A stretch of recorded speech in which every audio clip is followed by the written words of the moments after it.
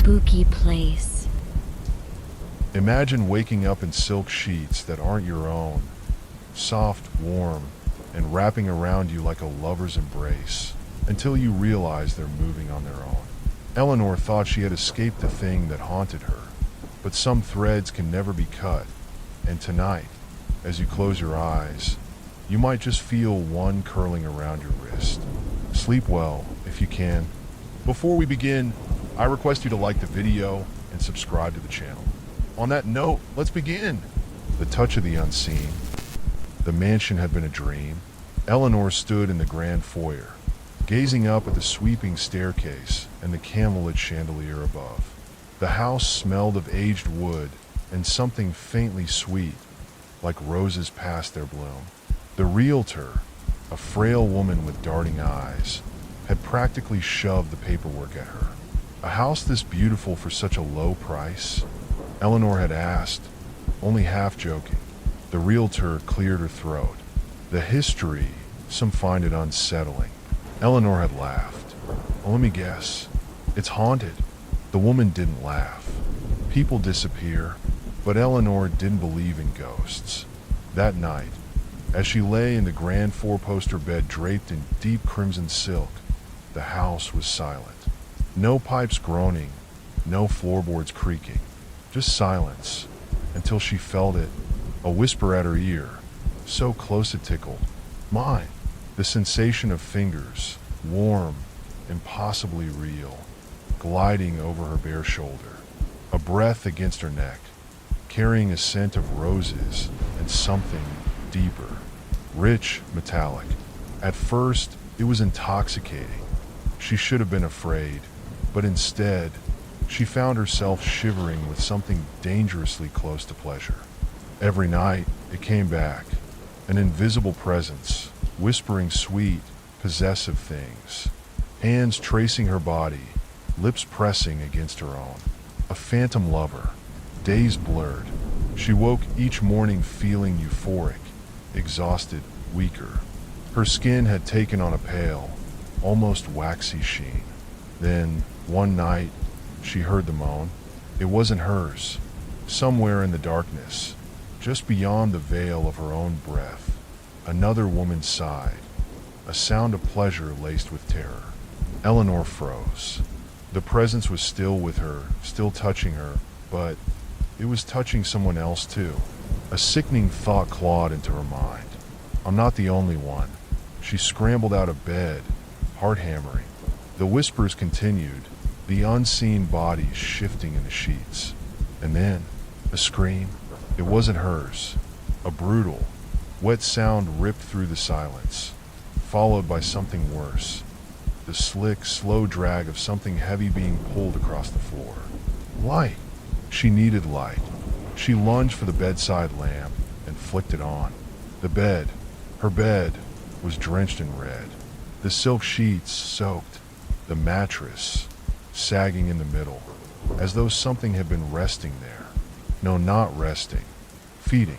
She stumbled back, gagging on the scent, iron and rot. The whisper came again, gentle, tender.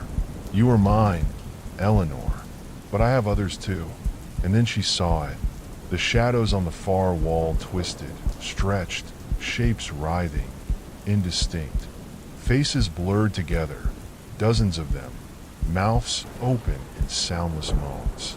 Some were twisted in pleasure, others in agony, and at the center of it all, a shape was forming. Something tall, cloaked in shifting darkness. A lover, a monster, and Eleanor knew, with a certainty that clenched her gut like a fist, that the other tenants never left. They never moved out. They were still here, still in the bed, still in him, and she was next. Eleanor didn't sleep that night. She sat in the corner of the room, gripping the bedside lamp like a weapon, watching the shadows slither across the walls. The sheets remained stained, the air thick with the scent of something ancient and hungry. She needed to leave, but when she tried the door, it wouldn't budge. The lock clicked back into place on its own, the doorknob growing ice-cold beneath her fingers. A chuckle, low, amused, brushed against her ear. "You're not leaving, Eleanor." Her stomach twisted. She ran to the window, yanking at the heavy drapes. The glass panes, warped and old, revealed nothing but an endless darkness outside. Not the familiar glow of the street lamps, not the neighbor's house across the way, just blackness. This wasn't a house. It was a trap, a prison of silk and whispers, where the walls breathed and the bed devoured. The house had let her think she was moving in, but really, it had chosen her. A desperate idea took root. She needed to find out who, or what, was keeping her here, ignoring the whispering in her ears, the ghostly fingers reaching for her. She forced her way out of the room and down the grand staircase. The house groaned, displeased. The floor beneath her feet felt softer now, like something alive, something pulsing. In the parlor, she found an old wooden chest, dusty, forgotten. The realtor had told her the previous owner had left behind a few things. Inside, she found diaries, dozens of them, all written by different hands, different years, different women. Each entry started the same way. "I love him. I feel him in my bed, in my blood, in my bones." Each entry ended the same way. "He will not let me go." The last journal belonged to a woman named Lillian Gray, dated 1893. Eleanor flipped to the final page, heart pounding. The ink was smudged, frantic. "He is the house. He is the bed. He is the silk that wraps around your throat like a lover's hand, and then squeezes." The words were streaked with something dark, something brownish red, blood, and below it one final message, carved into the wood of the chest: "Burn the bed." The house was screaming. Eleanor stood in the bedroom, clutching a jug of kerosene, her hands shaking. The shadows twisted, faces forming in the darkness. Women, dozens of them, their eyes pleading. The silk sheets writhed like something alive. "You won't hurt me, Eleanor," the voice cooed. "You love me. You are mine." Her grip tightened. "I don't love you," she whispered. She struck the match. The bed shrieked. Flames erupted, devouring the silk, the mattress, the wood. The entire room buckled, the walls screaming like something alive. Shadows flailed, fleeing from the fire, but Eleanor saw them. Faces, so many faces. Women lost, trapped, bound to the thing in the bed. One by one, they vanished. By the time the fire department arrived, the mansion was gone, reduced to smoldering rubble. Nothing left but charred earth and a scent of roses burning in the air. But as Eleanor stood outside, watching the last embers fade, a whisper brushed against her ear. "Not gone, not yet." She turned, and on the wind, carried by the ashes of the fire, a scrap of crimson silk fluttered into her open palm. It was warm, and in the distance, just beyond the trees, something laughed. Eleanor left town that night, driving aimlessly until exhaustion forced her to stop at a roadside motel. The burning mansion still haunted her vision, the scent of charred roses lingering in her hair. She scrubbed her hands raw in the bathroom sink, but she could still feel the warmth of that damn scrap of silk against her palm. She had thrown it away, hadn't she? Heart pounding, she checked her bag. The silk was still there, nestled in the folds of her clothes like it belonged to her. It wanted to stay with her. She tried again. She tossed it in the motel dumpster, drove another 50 miles, and checked into another cheap motel. But when she unzipped her bag, the crimson silk was back, and this time it was bigger. Not just a scrap anymore, but a long, twisting sheet that smelled like roses and blood. A whisper caressed her ear. "You burned my home, Eleanor, but I will always find you." She screamed, hurling the sheet across the room. It landed in a pile, still and silent. But the moment she turned away, she heard it again, shifting. She wasn't alone. The whispering started, soft, seductive. Then the bed dipped. She bolted for the door. It slammed shut in her face. The silk moved. It slithered. A tendril of fabric stretched toward her, curling around her ankle. Not wrapping, creeping, like fingers grazing her skin. Eleanor scrambled backward, her breath ragged. The motel room twisted, warping, walls stretching, bending. The ceiling peeled away like rotted flesh, revealing a void of endless, shifting faces above her. The women, they weren't free. They were still trapped in the silk, their eyes wide with terror, mouths twisted in silent screams. The entity hadn't died in the fire. It had simply moved, and now it wanted her to join them. Eleanor's mind raced. Fire had weakened it before, but she didn't have fire now. She needed another way to fight. Think. The diaries, the warnings. The silk wraps around your throat like a lover's hand, and then squeezes. A noose. It wasn't just a lover. It was a snare that meant it could be unwoven. She lunged for the silk, ignoring the ghostly fingers caressing her skin, the phantom lips against her ear. She grabbed the sheet and pulled. It resisted. The voices shrieked. The fabric tightened, like a snake constricting its prey. But Eleanor kept pulling. The silk twisted, writhing, fraying at the edges. The faces inside contorted, their mouths forming words she couldn't hear. Please, warnings, curses. The presence around her grew frantic. You will not unmake me. Yes, she gasped, I will. With one final wrench, the silk tore. The room collapsed around her. The void above shattered, the trapped souls bursting free like shattered glass.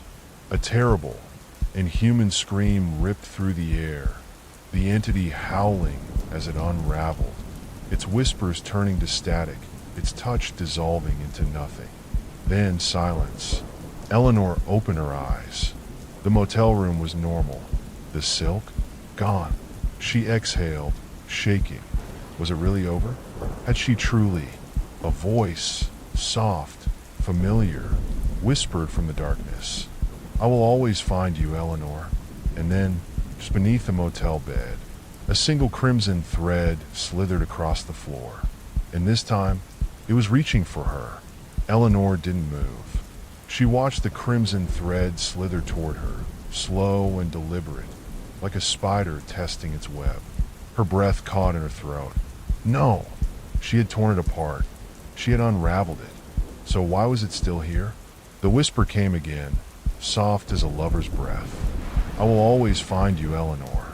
She staggered backward, her mind screaming at her to run. But where? This thing didn't care about walls or distance. It didn't care if she crossed states, burned houses to the ground, or tore its silk apart. It would always come back. The thread slithered closer, and this time, Eleanor felt something new. A pull, not physical, but inside her. A sensation like a hook lodged deep in her chest, reeling her in. Like the silk wasn't just trying to grab her, it was trying to drag her back. To where it began, to the house. She had burned it down, but what if fire wasn't enough? What if the mansion hadn't just been a house, but something more? A tether, a lair, a womb where the entity had been born? And if it was pulling her back, that meant the house wasn't gone. The thought sent a violent shudder through her. Her body moved before her mind caught up. She grabbed the motel keys, yanked open the door, and ran to her car, the thread slithering after her. She barely managed to slam the door before it reached her, the thing coiling against the glass, pulsing, stretching.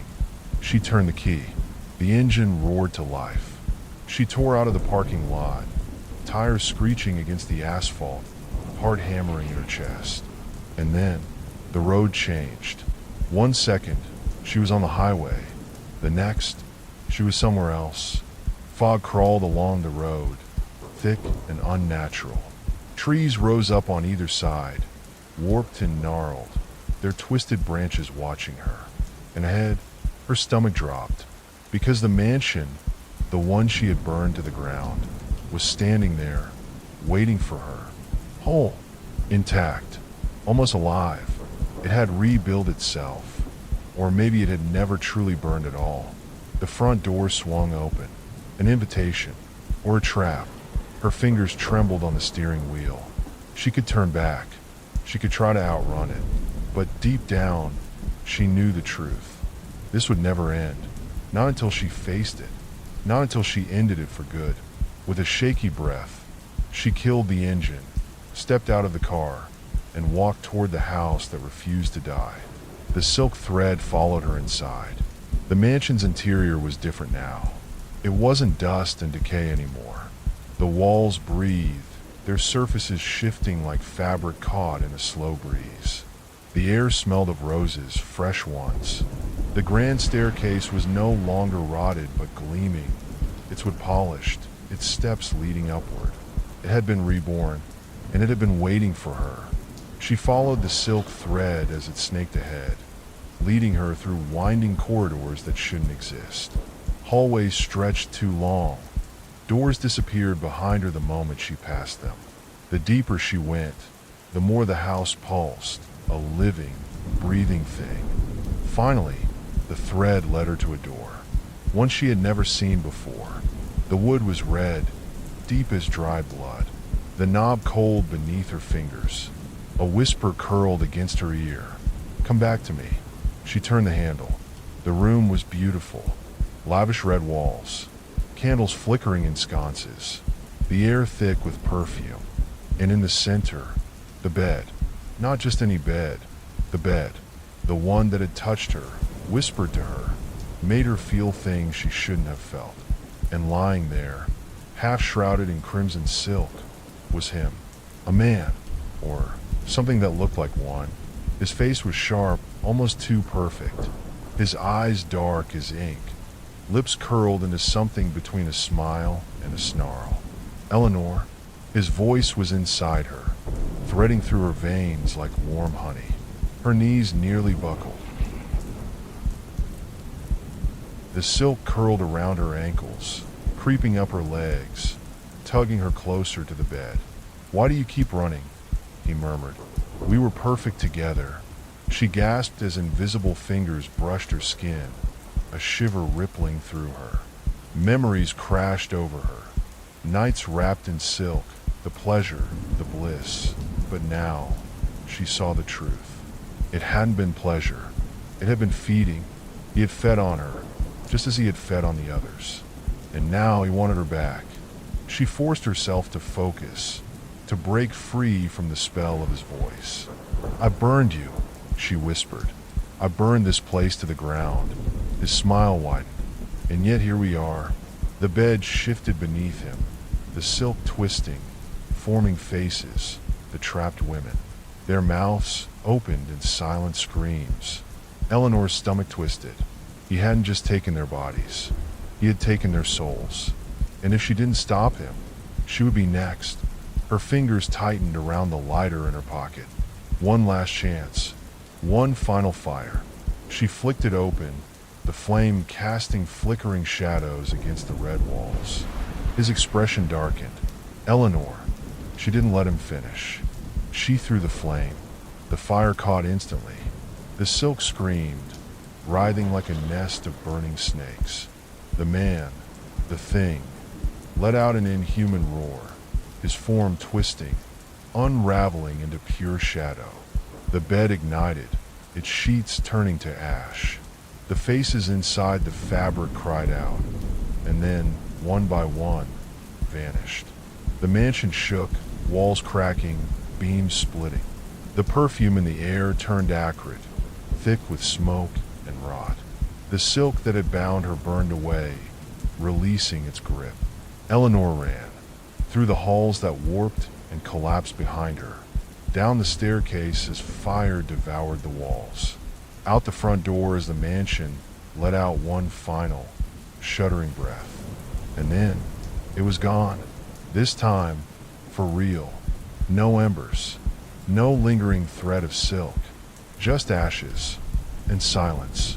Eleanor fell to her knees, breathing hard, staring at the ruins. Then, a whisper, soft, faint. "I will always find you." Her blood turned to ice. She looked down, and there, tangled around her wrist, a single crimson thread, still warm, and in the wind, something laughed. Eleanor sat in the ashes of the mansion, her fingers shaking as they traced the crimson thread wrapped around her wrist. It was warm, like a pulse, like something alive. The fire had destroyed the house again, but it hadn't destroyed him, because he wasn't just inside the house. He was inside her. A shiver crawled down her spine. The silk had never needed walls or a bed to trap its victims. That was just the illusion, the lure. But now that she had unraveled it, burned it, it had moved to something else. It had moved to her. She tried to pull the thread loose. It didn't budge. It only tightened, sinking into her skin like a parasite burrowing deeper. And then, a voice, not aloud, inside her head. "We belong together. Eleanor." She shot to her feet, heart hammering. No, no, no, no. This wasn't over. Not even close. Eleanor didn't go back to her car. She knew what would happen if she tried to drive away. The road would shift. The world would bend to his will. No, she needed help. Real help. She spent the next 2 days researching, following dead-end leads, scouring old books and forgotten corners of the internet. She barely ate. She barely slept. And then, finally, a name. Someone who might know what to do. Dr. Celeste Harrow, an occult historian who had spent her life chasing legends of cursed objects, demonic entities, and things that shouldn't exist. Her latest book, The Threads Between Worlds. Eleanor's stomach twisted. She booked a flight immediately. Dr. Celeste Harrow lived in a decrepit Victorian house in the middle of nowhere, surrounded by dead trees and fog. Classic. Eleanor knocked once, twice. The door unlocked itself. She hesitated, then stepped inside. The house smelled of wax, old books, and something earthy. The walls were lined with artifacts, talismans, and shelves filled with leather-bound tomes. At the center of the room sat a woman with piercing green eyes and streaks of silver in her long black hair. Dr. Harrow's gaze settled immediately on Eleanor's wrist. She knew. "You shouldn't have come here," she murmured. Eleanor's throat tightened. "You're the only one who can help me." The woman exhaled, closing the book in her lap. "There's no exorcism for this, you understand?" she said. "This isn't a spirit. It's older than that. Deeper." Eleanor's fingers curled into a fist. "Then what is it?" Dr. Harrow hesitated, then stood and crossed the room. She pulled an ancient scroll from a locked cabinet and unrolled it on the table. Eleanor's stomach plummeted. It was a drawing, faded and worn, but clear enough. A red thread weaving through people's hearts, bonding them together, feeding on them, and in the center, a figure, human-shaped but not human, and beneath it, a single word written in an ancient script. Eleanor couldn't read it, but she understood it, because she had heard it whispered to her in the dark. Asphodel. Dr. Harrow tapped the word. "It's not a name," she said. "It's a concept, a hunger, a being that has existed since before language. It doesn't just take lovers.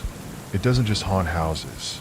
It weaves itself into people, into their minds, their souls." Eleanor's pulse pounded. "Then how do I stop it?" The woman's lips pressed into a thin line.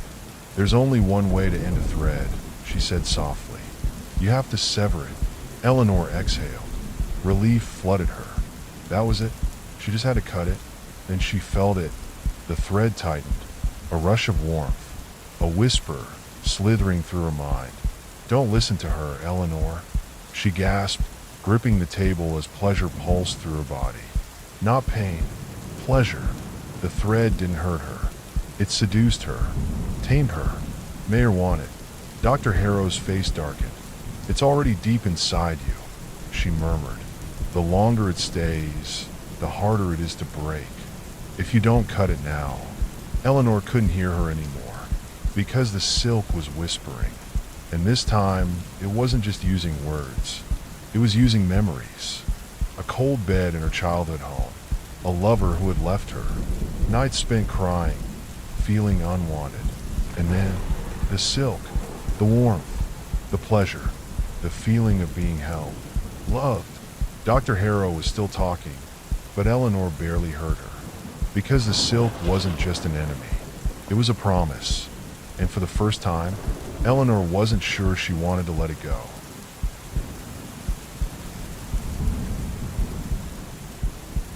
The dagger lay on the table before her. Silver. Sharp. All she had to do was cut the thread. But her fingers trembled. It would be so easy. So easy to let go. To give in. To belong. The entity didn't force its victims. It seduced them. Eleanor looked up at Dr. Harrow, her vision swimming. And then, the whisperer, soft as silk. Choose me. Her hand hovered over the blade. Dr. Harrow was watching, waiting, and Eleanor knew, whatever she chose now, would be forever. Thank you all for watching. Please like and subscribe for more scary stories.